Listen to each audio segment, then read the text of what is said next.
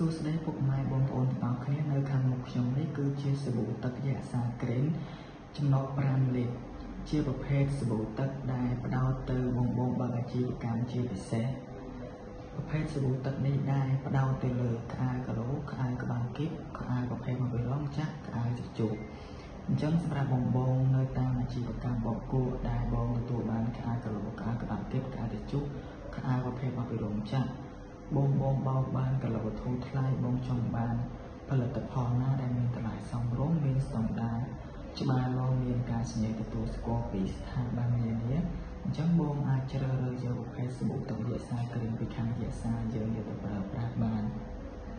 ក្នុងមួយម៉ាស៊ីនបងប្រើតែ2គីឡូទៅ3គីឡូពណ៌លឿងទេចន្លោះម៉ាស៊ីនរបស់បងពី6គីឡូទៅ8គីឡូអញ្ចឹងបងអាចដាក់ក្អែពេញរហូតទៅដល់ម៉ាស៊ីន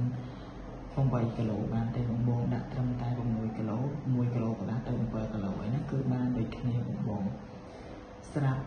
ប្រភេទសាប៊ូទឹកយក្សាក្រេនមួយមុខនេះបងយកទៅប្រើក្នុងម៉ាស៊ីននិងបោកដៃបងប្រើបានដូចគ្នាបើសិនជាបងយកទៅបោកដៃបងគ្រាន់តែចាក់ទឹកសាប៊ូចូលទៅក្នុងទឹកវារលាយចូលសក់ទឹក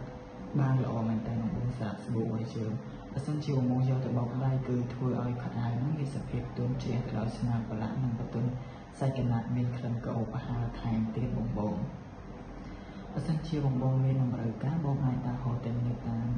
សាខាបោកវត្តយក្សាឬមួយក៏ផ្សារទំនើបណាទេហ្នឹងគឺយើងមានលក់ផលិតផលរបស់យើងដូចគ្នា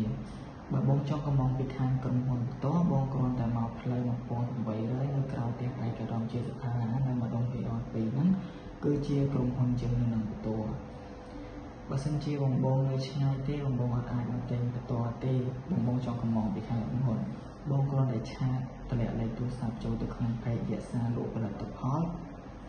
និងមានក្រុមការងាររបស់យើងគាត់ចាំតាក់ទងទៅបងវិជាការខលនិងពាណិជ្ជ Telegram បើសិនជាបងមានចំណល់អី